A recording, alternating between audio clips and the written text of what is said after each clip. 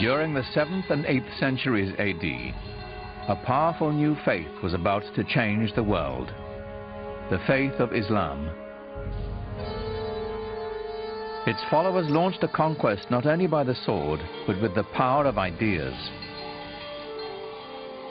200 years after the death of Muhammad, his message and the new Arab Empire were transforming 3 continents. Now comes a new empire, a political new configuration, driven by a religious, newly defined civilization. This new civilization expanding beyond its own dreams within a period of very short time.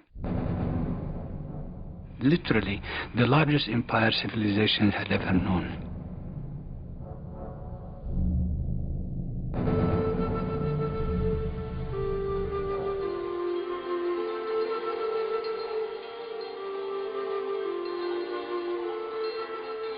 The Arabic word for conquest, fatu, literally means openings.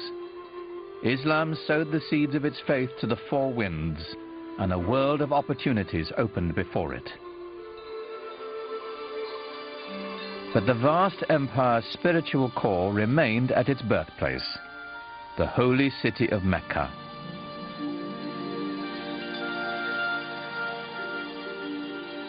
From every corner of the Muslim world, the faithful embarked on the traditional journey to Mecca, a sacred pilgrimage known as the Hajj.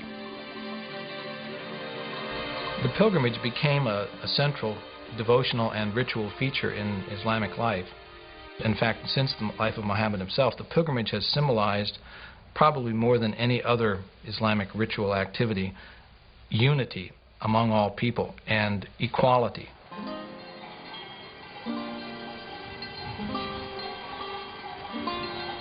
The Hajj set humanity in motion.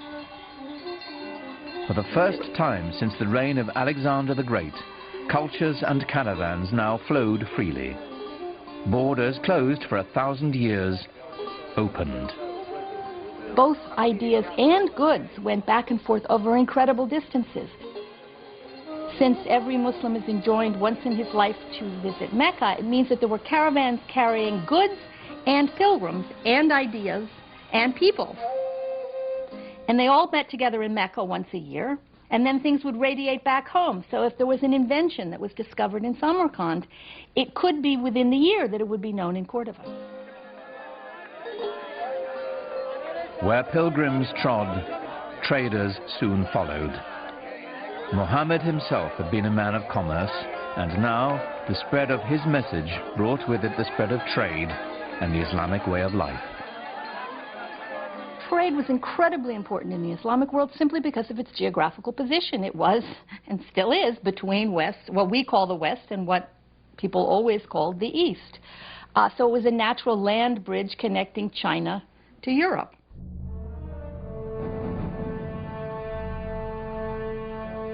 In only 2 centuries, Islam had extended its reach from Spain all the way to the edge of India.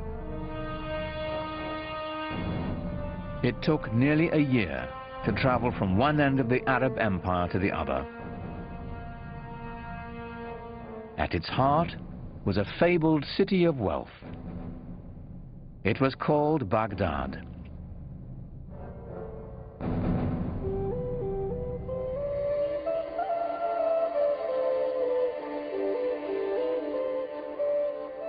The palaces of ancient Baghdad have been lost over the centuries,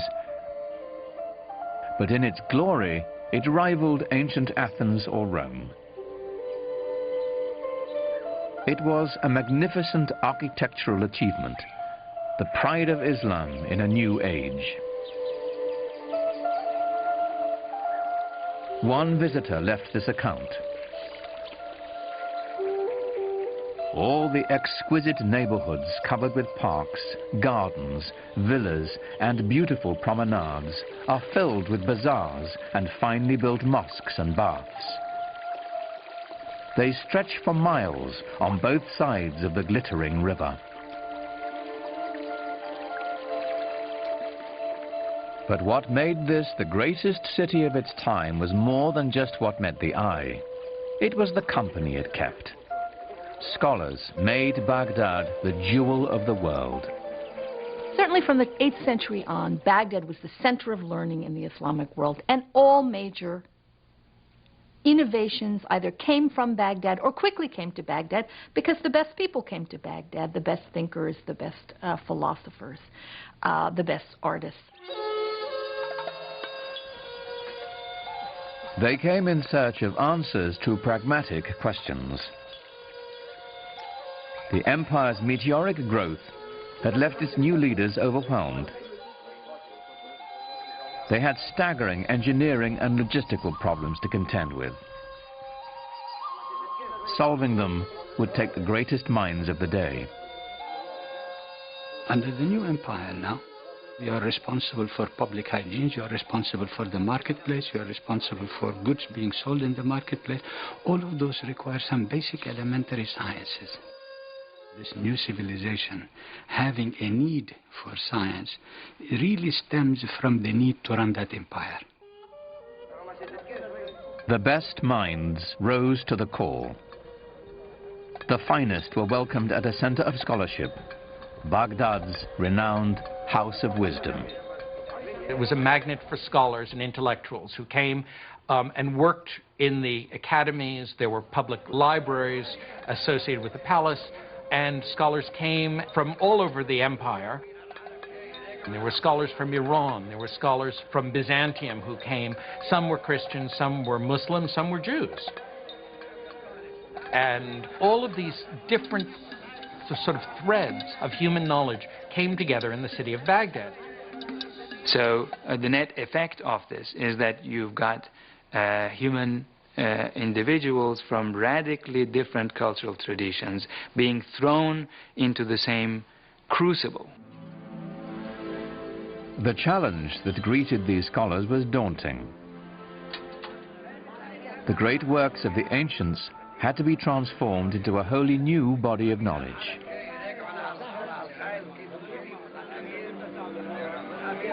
Competition for jobs developed within a new intellectual elite. And from there on, every single scientist is competing for that job. They were competing among themselves almost just in the same way that modern bureaucrats and modern academicians will fight among themselves. Scholars were dispatched across the empire to locate as many ancient texts as possible. The first international scientific venture in history. Unlike their Christian counterparts, Muslim thinkers saw no insurmountable contradiction between their faith and the laws governing the natural world. So they embraced Aristotle and Plato, writers the Christian church considered blasphemous. So this is the time when we begin to see scientists, bureaucrats, what have you, going and seeking from whatever civilization that had any sciences before, be it the Greek, be it the Indian, be it the Persian, and so on. From the Hindus came mathematical concepts that guide us today. It was the scholars of the House of Wisdom who developed the system of Arabic numerals, still in use.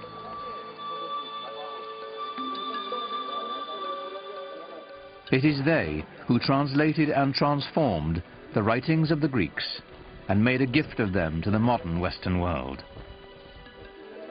The Renaissance had its beginnings in Baghdad. They managed to assimilate quite a lot of the rich legacy of the Hellenistic world, translated into Arabic initially, which was then made available to all other participants in the new Islamic civilization. Arabic emerges as the language of learning throughout the region. This is a very significant development in human intellectual history. Having amassed the knowledge, the Muslims now began to challenge it. This was perhaps their most important contribution. The scientific process was born. They wanted to know why a very intelligent Greek scientist whose text they were just admiring and they were verifying it. Why would he make a mistake in the first place? So they began to dig. Was it because he didn't have the right instruments, or is it because he didn't have the right methodology to use the instruments for the verifications of observation? It is this spirit. You see, the spirit of questioning, the spirit of saying that we have to build science constantly on a systematic, consistent basis where we make a physical proposition of how the universe ought to be run, and the mathematical representation of that physical universe ought to match. Now you begin to have what I call the birth of the new Islamic science. Algebra and trigonometry, engineering and astronomy, countless disciplines integral to our lives today, trace their roots to Islamic scientists. More surprising, perhaps, were their innovations in medicine.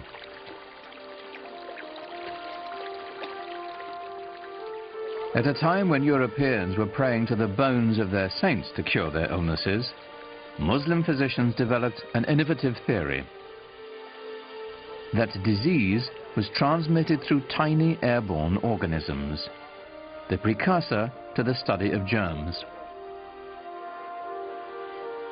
They determined that sick patients should be quarantined and then treated. This is the basis of the institution most fundamental to medicine today, the hospital. Funded mainly through religious endowments, Muslim hospitals had separate wards for patients suffering from different kinds of disease. Even mental illness was treated. Their studies of anatomy were so sophisticated that they remained in use by Muslim and European physicians for 600 years.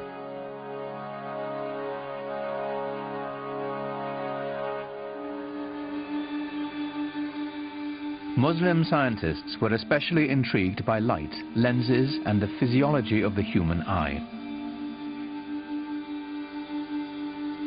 The father of optics was a Muslim named Ibn al-Haytham. His work with lenses eventually led to the invention of the modern camera. He produced the first treatise that ventured to explain how the eye actually sees.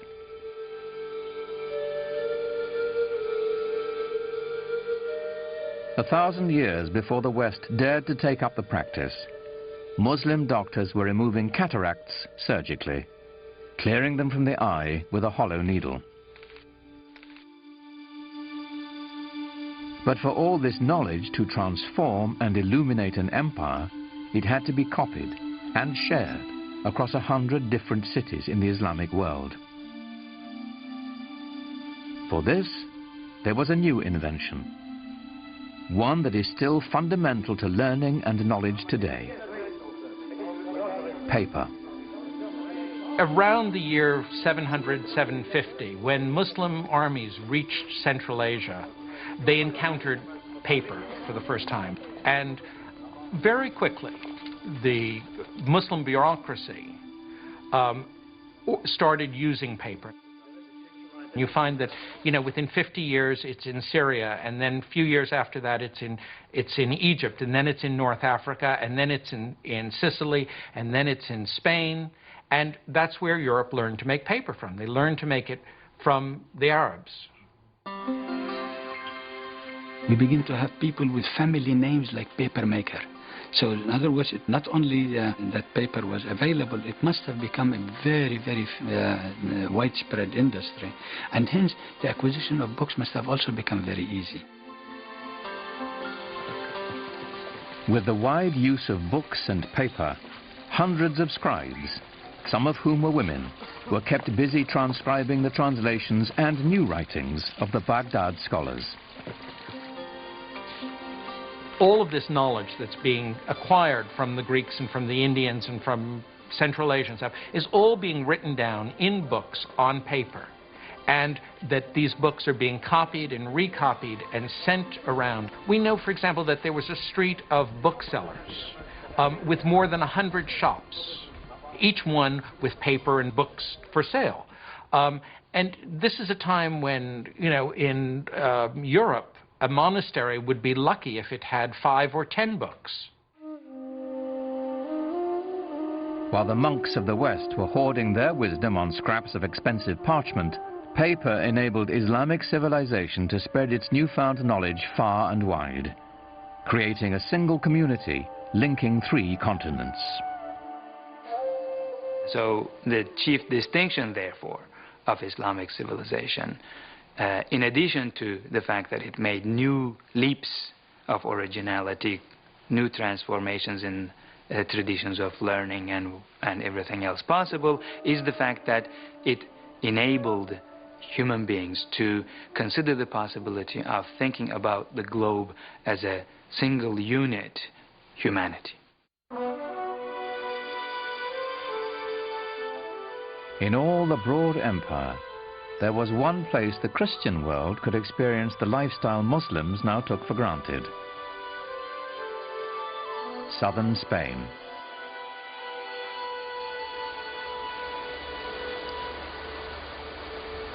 Here, on the European continent itself, Islamic culture would begin to have an effect on the European civilization around it. 1,000 years ago, the Spanish city of Cordova was a center of learning and culture that rivaled Baghdad. Today, Cordoba's narrow lanes hearken to its medieval past. During the Dark Ages, this was the most prosperous and sophisticated metropolis on the continent. It had streetlights and paved roads, libraries, hospitals and palaces. This was a city of light, a Muslim city. The city of Cordova in the 9th and 10th centuries was one of the biggest and most exciting in Europe. We have descriptions of it by people coming and saying, all these flowers everywhere, this open streets, this wonderful light coming down. Northern cities were dark. Cordova had running water. People lived in big houses. In contrast, in Paris, people lived in shacks by the side of the river.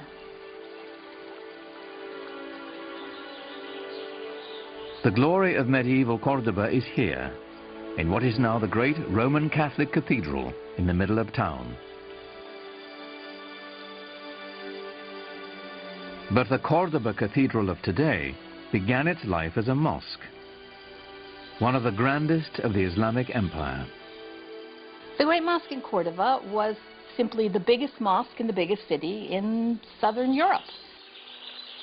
When you climb up into the church tower, which used to be a minaret, you look out over this expanse of roof, it's quite amazing to see this cathedral, complete with flying buttresses, popping up out of the middle of this massive mosque.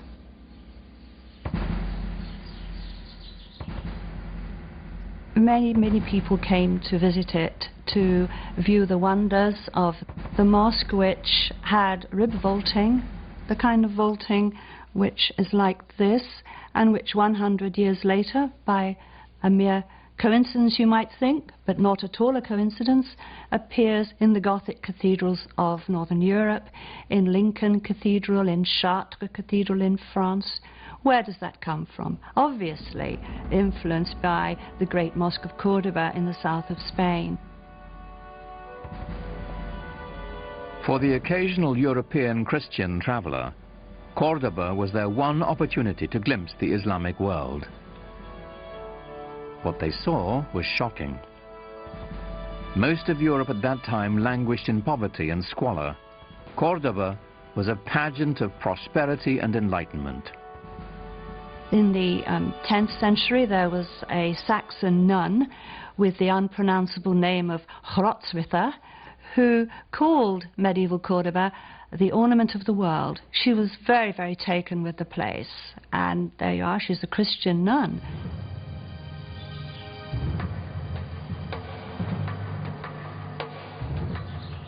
As Europeans made their way from the cold stone of their northern castles into the glorious Muslim cities of southern Spain, they couldn't help but be impressed. In the green hills above Granada was a palace of startling elegance. a shining example of the richness and sophistication Islam brought to medieval Europe. It is called the Alhambra. The Alhambra is perhaps the most famous example of Islamic architecture to most Westerners. It is the best remaining example of what a medieval Muslim palace would have looked like.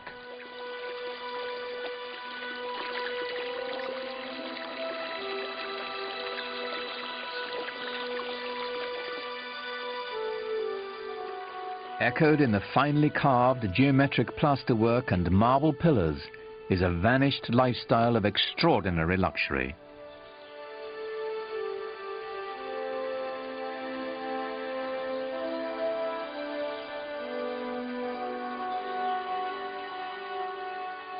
The Alhambra reveals the pinnacle of Islamic culture and urbanity. The beauty of the Alhambra is not so much in the individual details.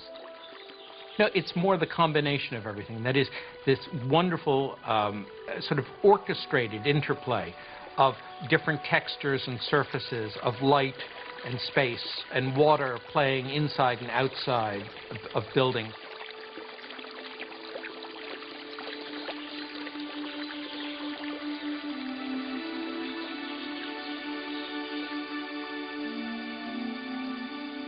It's almost like a symphony of different elements that are very carefully brought together to provide exquisite enjoyment.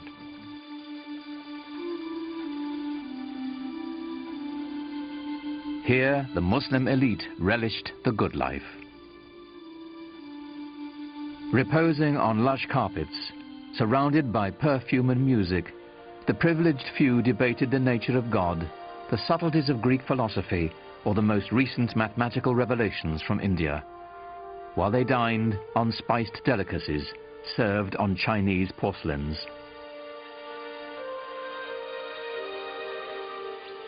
They strolled the grounds through gardens irrigated by complex gravity-fed water systems.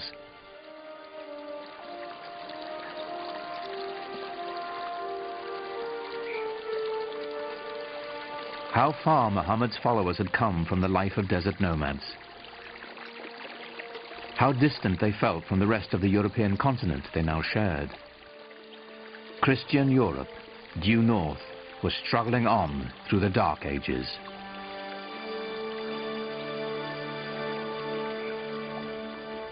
But at the dawn of the 11th century, a tragedy in Jerusalem would put Muslims and European Christians on a collision course. Jerusalem was ruled by an Egyptian caliph, an infamous man named Al-Hakim. Al-Hakim was certainly a deviation from the norm. Clinically speaking, I suppose today we'd regard him as a madman, as someone who was simply insane. For 200 years, Christian holy places in Jerusalem had been respected and protected by Muslim rulers. In 1009, the Egyptian ruler Al-Hakim broke with that tradition. He ordered the holiest church in Christendom destroyed. And horror of horrors, he burnt down the Church of the Holy Sepulchre in Jerusalem.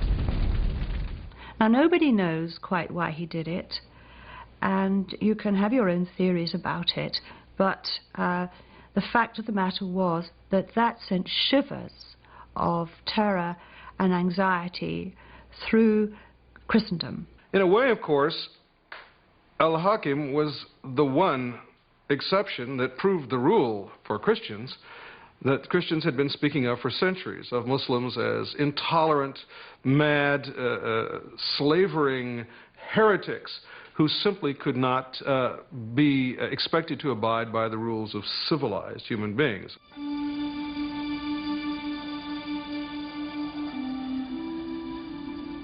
The fact that Al-Hakim's successor rebuilt the Church of the Holy Sepulchre, it was done by 1048 with Byzantine help, didn't cut any ice.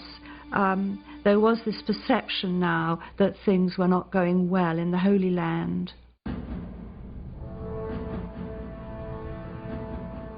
In Europe, anti-Muslim sentiment simmered. By 1095, it reached the boiling point. Pope Urban II spent most of that year traveling through France, imploring his feudal lords to unite in a campaign of bloodshed. Hasten to exterminate this vile race from the lands of your eastern brethren, the Pope demanded. Jerusalem is the navel of the world. She cries out to be liberated. Christ himself commands it. So we've got a merging or a coming together of military service and religion, which served the purposes, if you like, of a pope who in 1095 made his famous call to crusade to rescue the endangered holy places in the east, and in particular Jerusalem.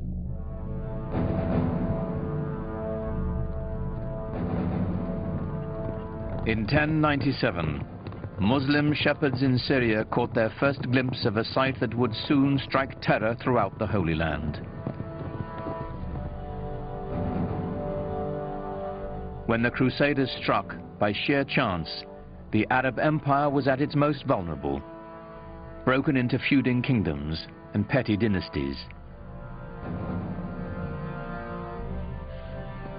They couldn't have chosen a better moment, because the Muslim world was in a very fragmented state. The great rulers of the time had died, and into that power vacuum there came this most unexpected enemy, the Crusaders from Western Europe. Who would have thought that a new enemy would come to the Islamic world from that unexpected quarter? It was completely unprecedented. It was a real surprise. The Muslims didn't really know who they were. They thought they were just another lot of Byzantines who were coming as usual to be a nuisance and fight on the borders. They had no idea that there was this extraordinary surge of religious fervor and fanaticism coming from Western Europe, and that the aim of this group was Jerusalem.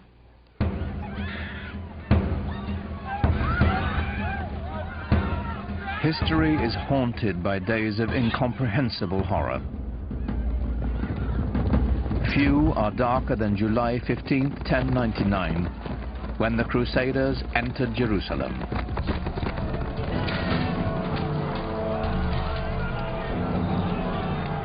The massacre must have been terrible. The fear, the fleeing of the population. It must have been horrendous.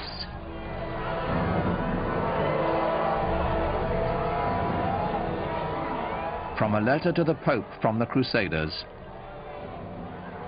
If you want to know what was done to the enemies we found in the city, know this. Our men rode in the blood of the Saracens up to the knees of their horses. They saw the holy city and they were in a state of exultation. And perhaps that's why, when they flooded through the gates of the city, that they were fired up with fanaticism and zeal, and that's why there was this terrible massacre in the name of Christendom. It was a blot on the name of Christendom in the Muslim view, and justifiably so. Even Christians weren't spared. At the Church of the Holy Sepulchre, dozens of worshippers from Eastern sects were massacred.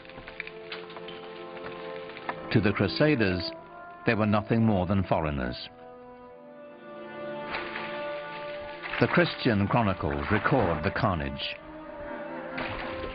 The Saracens, who were still alive, dragged the dead ones out and made huge piles of them. Such a slaughter of pagans no one has ever seen or heard of. The pyres they made were like pyramids. They shocked the Muslim world when they came. There are a number of extremely moving lamentations in poetry which date from that period.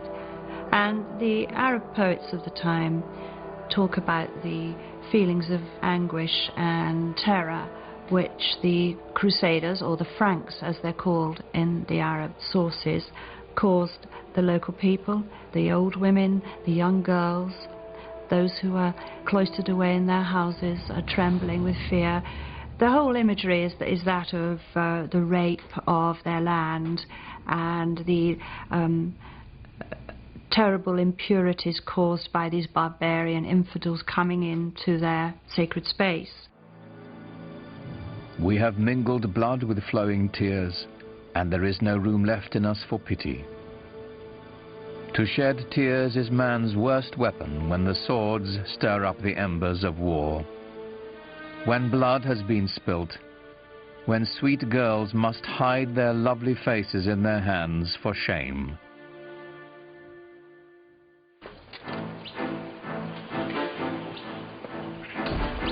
The First Crusade was over.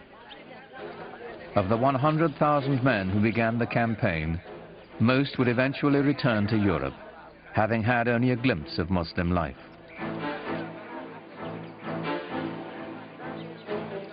The job of occupying Jerusalem and the surrounding countryside fell to the 20,000 who remained, indefinitely.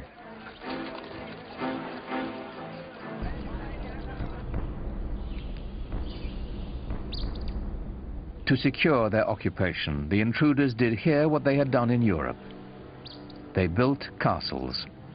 The Crusaders built the finest castles that the Near East has ever seen, and the proof of that is that they're still there.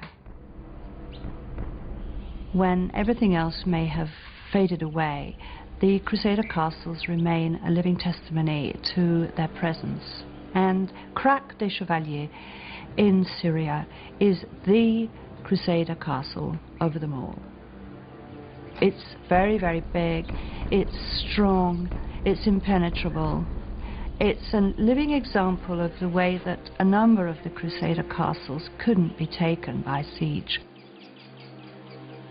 You can see for miles and miles from it and see the other castles that would have been, you know, in visual distance for communication by fire and smoke signals.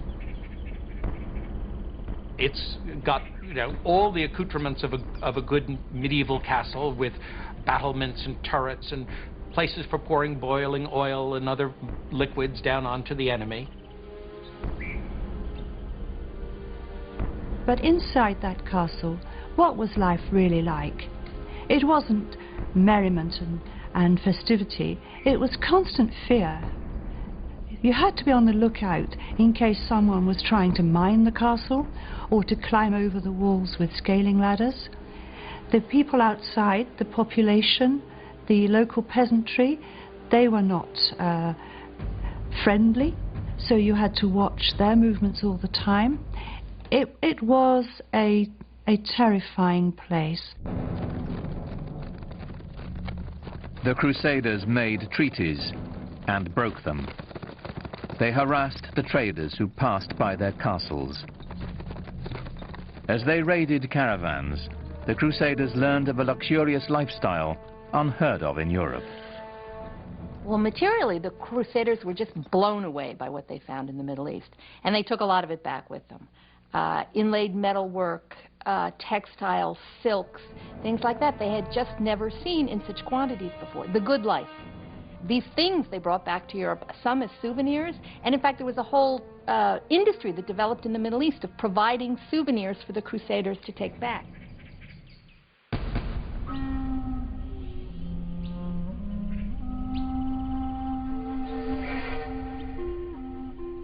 It is perhaps a Western bias to imagine the Crusaders were a decisive force in world events, devastating to the Islamic culture and trade.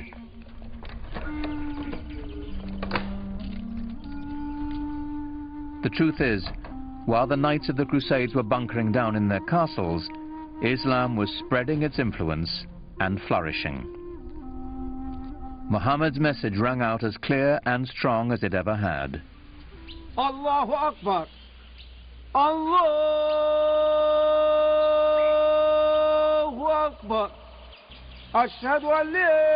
Mosques were now on every horizon. They welcomed traders. They housed schools and hospitals. Through Islamic architecture, literature and music, a vibrant culture was emerging in celebration of a singular faith. أعوذ بالله من الشيطان الرجيم بسم الله الرحمن الرحيم إنا أنزلناه في ليلة القدر وما أدراك ما ليلة القدر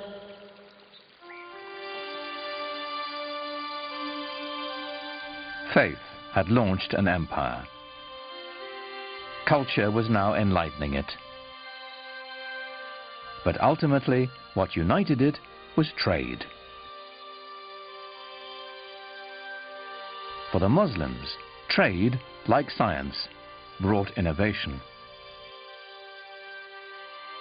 Business was expedited by a revolutionary concept called the sak, a cheque that could be written in Spain and cashed in India.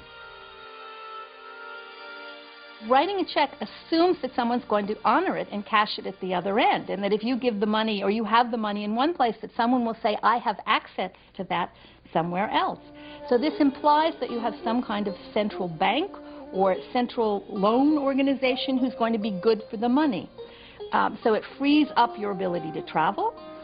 It frees up commerce, because again, the money doesn't have to be moved from Samarkand back to Cordova in order to go back the other way the next year, so that you can base it all on trust and faith. And Muslims became some of the greatest merchants of Middle Ages. And the greatest craftsmen as well. From the Persians, Muslim blacksmiths learned how to fold steel to give it strength and flexibility. The swords made in Toledo and Damascus had no equal in the world.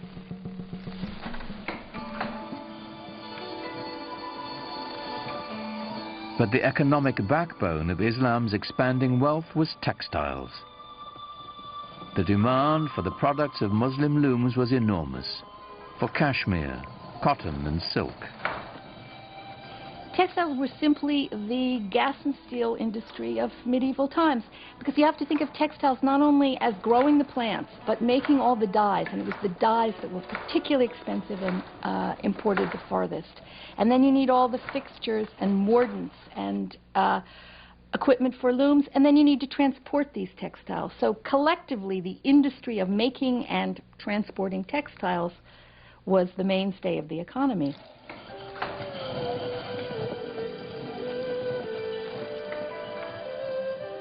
While Europeans settled for coarse woolen and linen garments, Muslims wore brocaded fabrics of organdie, damask and taffeta, words that came into the English language from Arabic and Persian.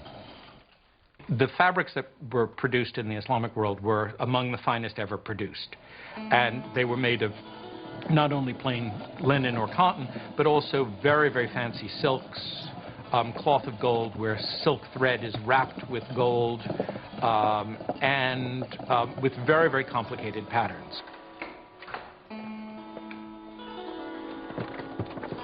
These complex patterns were coveted by wealthy Europeans and the church as well. When the Christians needed a cloth worthy of wrapping the bones of their saints, the choice was obvious. They looked to a Muslim loom. But sometimes the fabrics were trimmed with decorative Arabic text from the Holy Quran. And so the words of the Prophet sometimes appeared in shocking proximity to Christendom's holiest icons. It is not unusual to find in Italian Renaissance paintings, for example, to find paintings of the Virgin wearing a robe of very fancy patterned cloth, and precious silks embroidered with gold or woven with gold designs. Sometimes they would say things with an Arabic inscription on it, which says, "There is no God but God, Muhammad is his prophet," in Arabic.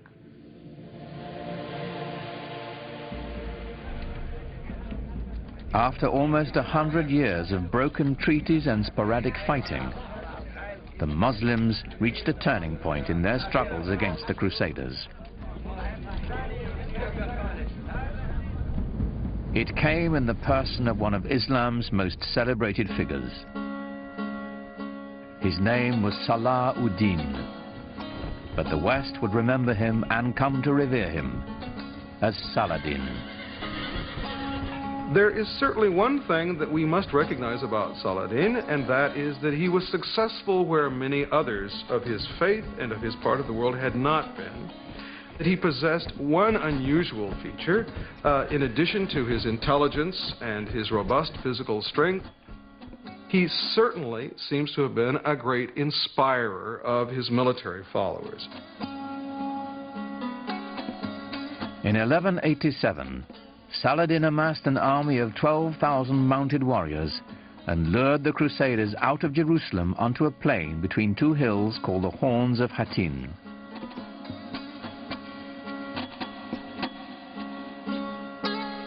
On the evening of July 3rd, after a long march, the Crusaders camped on a barren hillside. There was nothing but a waterless terrain.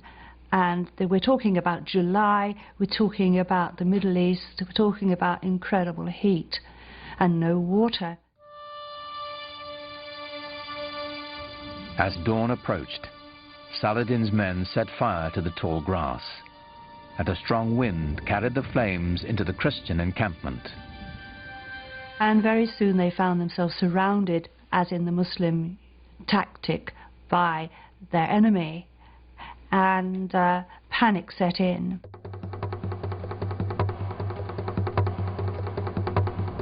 The flames bore down on them, and the heat became intense, Saladin's secretary wrote. The people of the Trinity were consumed by the fire of flames, the fire of thirst, and the fire of arrows. The army of the Crusaders was totally decimated. The victory at Hattin was a real turning point for Saladin.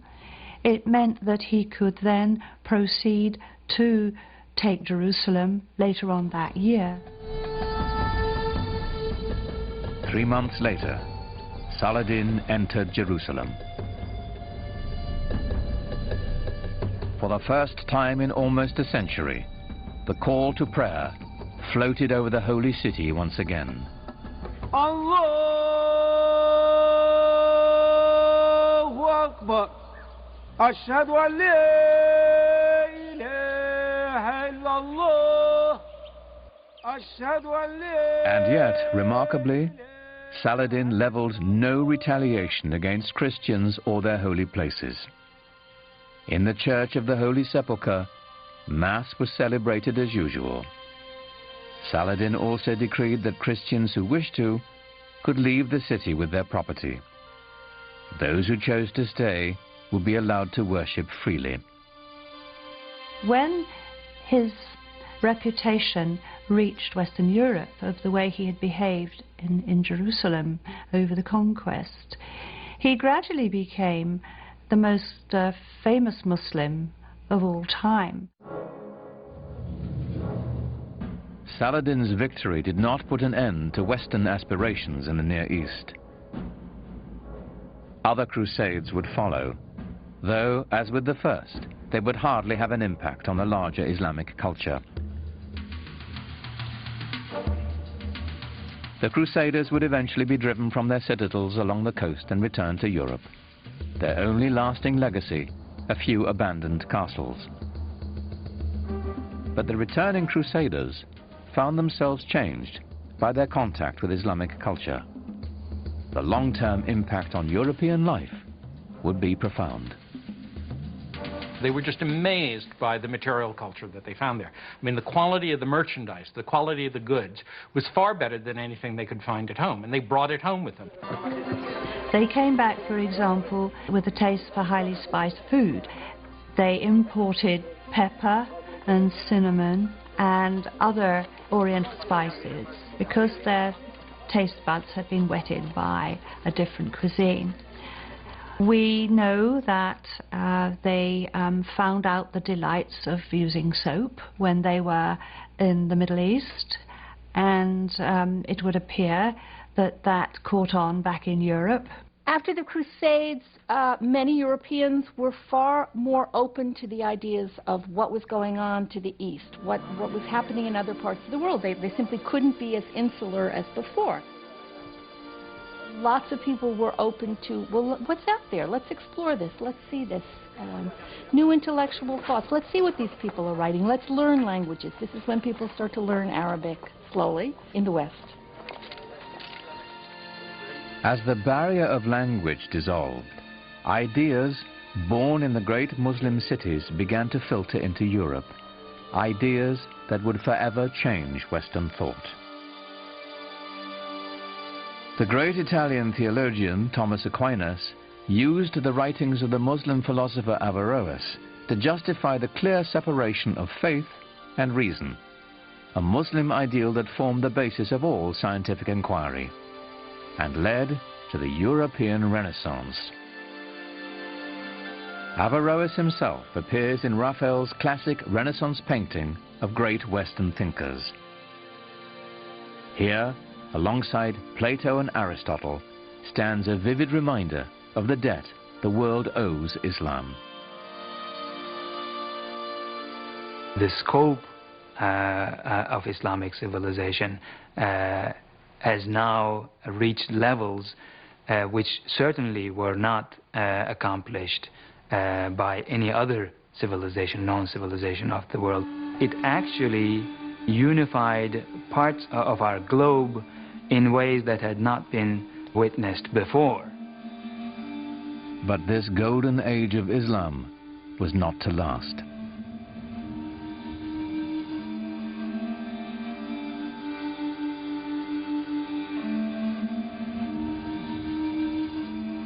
After shrugging off the Crusades and bringing the precious gift of knowledge to Europe, the great cities of the Islamic Empire would be brought to ruin by a force more terrible than anything the Europeans could muster. Their libraries destroyed, the wealth plundered, the empty cities stood mute in the aftermath of a devastation that descended upon them not from the west, but from the east. It's known as the Mongol Catastrophe.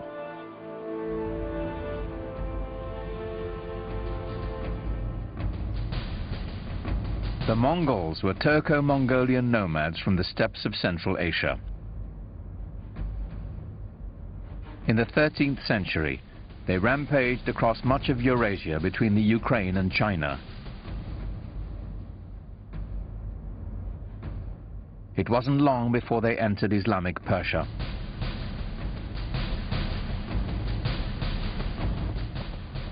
To the cultured, urban Muslims, these guys were a bunch of savages. When you entered the Mongol army, you came with yourself and 3 horses, and you lived off the horses. First you drank their blood, and then when you moved far enough away, you killed them, you slaughtered them, and you ate their meat. And that's why they could go so far and survive so long. Terror was the Mongols' principal tactic. One of the local Iranian leaders foolishly decides to kill off the emissary that the Mongols have sent. And in doing that, he evokes the anger of the Mongols, who want to use him as an example. And they use this retaliatory technique often of killing off entire towns, wiping them out as examples. And so they build these fantastic towers of skulls where they pile up all the dead bodies as an example, and then all the other towns around immediately give way.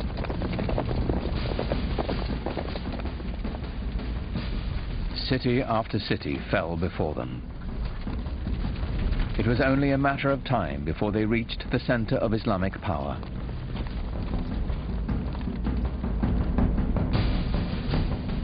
On February the 10th, 1258, the Mongols took Baghdad.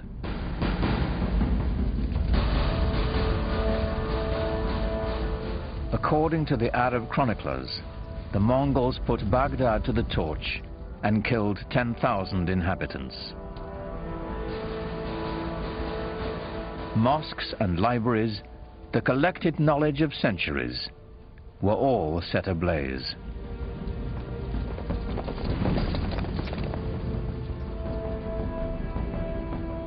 Within less than 50 years, the Mongols seized the heart of the Islamic Empire from the Arabs.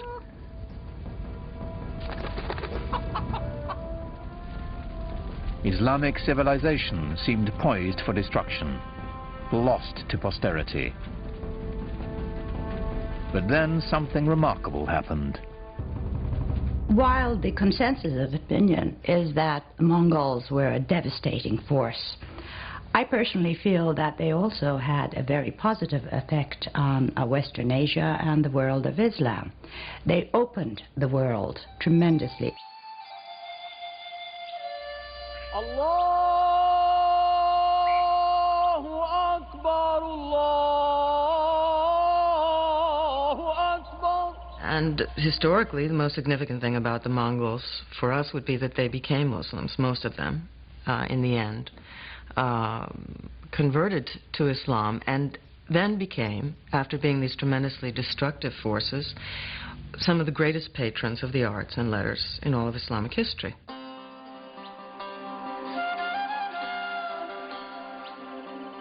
The conversion and its lasting effect was extraordinary.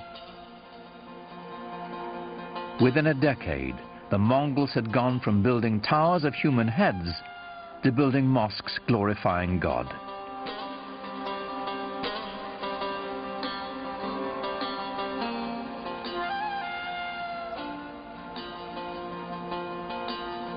It is not surprising to me that the land conquered the conquerors. The Mongols themselves became Muslims or Islamic leaders par excellence. The Mongols transformed Islam. Now Islamic power could be held by anyone, not just the Arabs who had created it. The Mongols threw open the door for the great gunpowder empire to follow.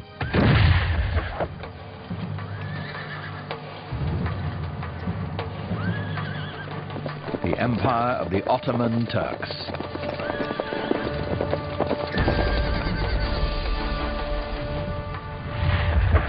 Islam was now set on a new course of expansion to both the east and the west, marching to the beat of Turkish drums.